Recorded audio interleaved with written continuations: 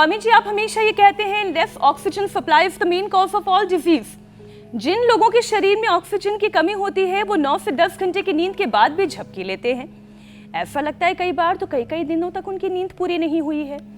और पोल्यूशन भी इसके पीछे बहुत बड़ा कारण है, क्योंकि पोल्यूशन में ऑक्सीजन, अब हम वातावरण में हैं, ऑक्सीजन के साथ साथ बहुत सारा जो प्रदूषण तत्व है वो भी हमारे शरीर में जा रहा है, कार्बन डाइऑक्साइड भी जा रही है। तो स्वामी जी, पूरे दिन लो एनर्जी के पीछे ये खराब AQI भी है। अब करे तो करे क्या, रहना तो इसी वातावरण में है।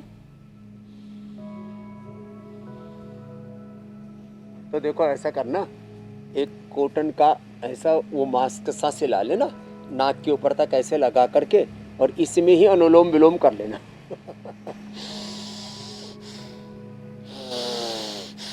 इसका एक फायदा हो रहा है, इससे गर्माहट पूरी आ जाती है, ठंड भी नहीं लगेगी या पूरा ऐसे। तो अरे भाई, ये पोल्यूशन भी रहेगा, ये रेडिएशन भी रहेगा, इसी दुनिया में जीना है, तो ये गिला शिकवा करने से कोई बात नहीं बनेगी। इसलिए थोड़ा कॉटन का एक अच्छा सा वो बना लो। अरे ऐसे ही कुछ तो चादर सी ओढ़ते तो अपना चादर ओढ़ के ही कर लो, बड़ा असर पड़ता है। पुराणों में कहा है, योग यजन भजन ध्यान पूर्वक प्राणायाम करते हैं उसका 100 गुना 1000 गुना ज़्यादा लाभ होता है। बस ये जो बाहर AQI खराब हो रहा है, पोल्यूशन है, सब कुछ है, तो अपने आप को ढक लो ना। अब भाई बहुत कंकर पत्थर हैं, अब सारी सड़कें साफ करने लगोगे, सारे संसार के कांटे, सारे संसार के जो कांच आदि साफ करने लगोगे तो जिंदगी भर झाड़ू ही लगाते रह जाओगे अपने। इसलिए अपने पैर ढक लो, जूते चप्पल पहन लो और फिर चलो। सही बात है। आप जो कहते हैं ना, मन मंदिर में झाड़ू लगाए जा गाए जा, वो ज्यादा अच्छा है। मन मंदिर में झाड़ू लगा ले, और सोचिए हर कोई मन मंदिर में झाड़ू लगाएगा तो ऐसे जो आसपास चीजें हैं वो भी साफ हो जाएंगी। स्वामी जी, बहुत अच्छी बात आपने कही, मन मंदिर में झाड़ू लगाने की ज़रूरत ही है। इसके अलावा शिकायतों की जगह समाधान की तरफ देखना है तो भी बहुत सारी चीज़ें बेहतर हो जाएंगी। अब अच्छी नींद सेहत के लिए बहुत ज़रूरी है तो हम सभी जानते हैं, क्योंकि नींद के दौरान शरीर का जो डिफेंस सिस्टम है वो तमाम तरह की परेशानियों को ठीक करता है। कई लोग ऐसे भी हैं जो दिन भर सोते रहते हैं, जबकि स्टडी ये कहती है कि रोज़ाना 9 घंटे से ज़्यादा की नींद अगर कोई लेता है तो 5 बीमारी उन्हें जल्दी मिलने वाली हैं, जिसमें पहला नंबर है डायबिटीज और ब्लड प्रेशर का।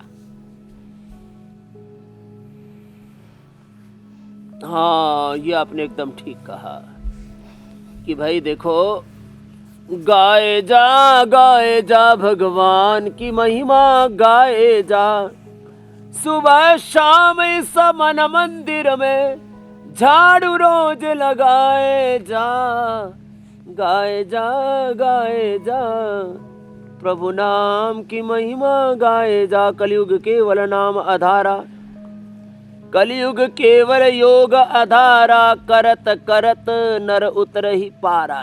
नाम जपो, काम करो, अपना मंडूकासन योग मुद्रासन रोज कर लो। देखो फिर ये नींद के नशे में गैड़ में रहते हैं ना, उससे जो शुगर बढ़ रही है, खीरा करेला टमाटर का जूस मधुनाशिनी मधुग्रिट 2 ले लो, सुबह शाम पेनक्रियाज एक्टिवेट हो जाएगा।